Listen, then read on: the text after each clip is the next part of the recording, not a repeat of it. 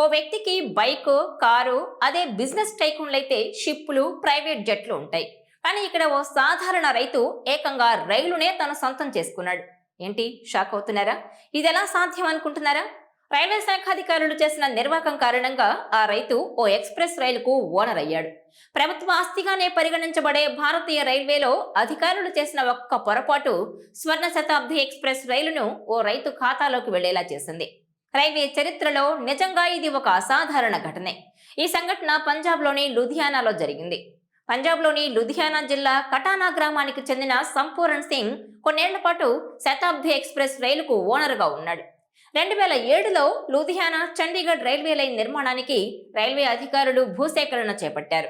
ఈ ప్రక్రియలో భాగంగా రైల్వే అధికారులు చేసిన తప్పు కారణంగా సంపూరణ్ సింగ్ రైలుకు ఓనర్ అయ్యాడు. కటానా గ్రామంలో భూసేకరణ కోసం అక్కడున్న రైతులకు ఎకరానికి 25 లక్షల చొప్పున రైల్వే అధికారులు పరిహారం ఇవ్వాలని నిర్ణయించారు.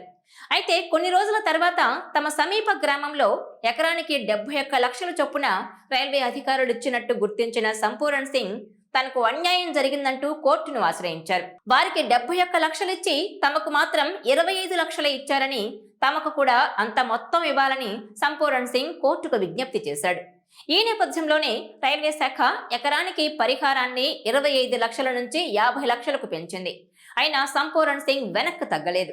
చివరికి ఆ పరిహారం కాస్త ఏకంగా 1,47,00,000కు పెరిగింది. అయితే అంత మొత్తాన్ని 2015లోగా సంపూరణ్ సింగ్ కు చెల్లించాలని కోర్టు నార్థన్ రైల్వే అధికారులను ఆదేశించినప్పటికీ చెల్లించలేదు. గడువు తీరిపోవడంతో తనకు రావాల్సిన పరిహారం కోసం సంపూరణ్ సింగ్ 2017లో మరోసారి కోర్టును ఆశ్రయించాడు.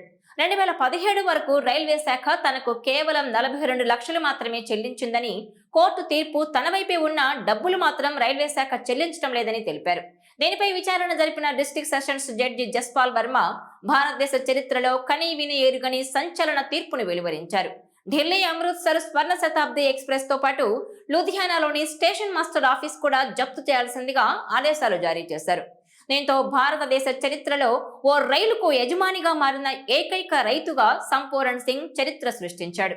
అయితే డిస్ట్రిక్ట్ సెషన్స్ కోర్టు ఇచ్చిన తీర్పును రైల్వే అధికారులు పైకోర్టులో అప్పీల్ చేశారు. దీంతో ఆ ఆదేశాలు రద్దయ్యాయి. మన దేశంలో రైల్వే వ్యవస్థ పూర్తిగా కేంద్ర ప్రభుత్వ అధీనంలోనే ఉంటుంది. రైల్వే స్టేషన్ నుంచి మొదలుకొని ట్రాక్ల వరకు అంతా కేంద్ర ప్రభుత్వానిదే బాధ్యత.